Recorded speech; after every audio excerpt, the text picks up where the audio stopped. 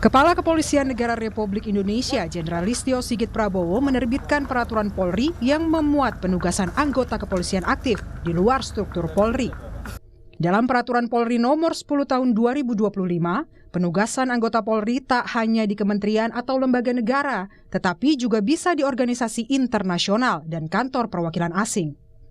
Sedikitnya ada 17 kementerian atau lembaga di mana polisi aktif dapat ditugaskan baik untuk jabatan manajerial maupun non-manajerial. Pertama, ada di Kemenko Polkam, lalu Kementerian ESDM, Kementerian Hukum, Kementerian Imigrasi dan Pemasyarakatan, Kemenhud, KKP, Kemenhub, Kementerian P2MI, Kementerian ATR BPN. Di luar kementerian ada Lemhanas, OJK, PPATK, Badan Narkotika Nasional, Badan Nasional Penanggulangan Terorisme, Badan Intelijen Negara, Badan Cyber Sandi Negara, dan KPK. Perpol dinilai bertentangan dengan putusan Mahkamah Konstitusi nomor 114/PUU-23/2025 yang menegaskan larangan bagi polisi menduduki jabatan di luar institusi kepolisian, kecuali mengundurkan diri atau pensiun dari dinas kepolisian. Putusan ini mengabulkan gugatan terhadap Undang-Undang Nomor 2 Tahun 2002 tentang Kepolisian Republik Indonesia. Menurut Hakim Konstitusi Ridwan Mansyur, Pasal 28 ayat 3 Undang-Undang Polri punya substansi yang sama dengan Pasal 10 ayat 3 TAP MPR, yakni menegaskan anggota Polri hanya dapat menduduki jabatan di luar kepolisian setelah mengundurkan diri.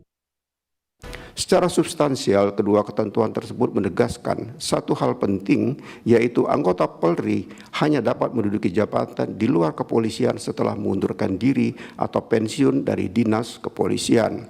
Artinya, apabila dipahami dan dimaknai secara tepat dan benar, tanda kutip mengundurkan diri atau pensiun dari dinas kepolisian adalah persyaratan yang harus dipenuhi oleh anggota Polri untuk menduduki jabatan di luar kepolisian.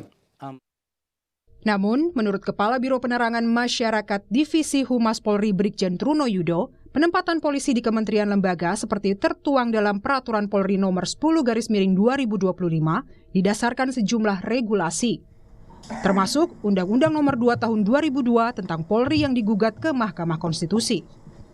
Seperti pada Pasal 28 ayat 3 beserta penjelasannya yang masih memiliki kekuatan hukum mengikat setelah amar putusan MK nomor 114/PUU-23/2025. Menurut Julius Ibrani, Ketua PBHI, perlu ada tafsir yang jelas, detil yang mengikat soal fungsi Polri dan bisa ditempatkan di mana saja yang sesuai dengan Undang-Undang Dasar 1945. PBHI tentu melihat ada problem konstitusionalitas di dalam pasal-pasal mengenai penempatan anggota Polri di dalam institusi sipil atau jabatan sipil.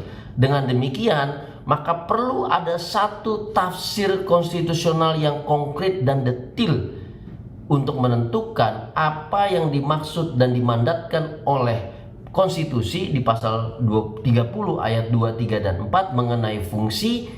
Lalu di mana fungsi itu berada, artinya di institusi mana saja, lalu bagaimana Polri sebagai pengemban fungsi itu boleh atau tidak duduk di institusi yang juga membutuhkan fungsi yang dimandatkan oleh pasal 30 ayat 2, 3, dan 4. Tentu.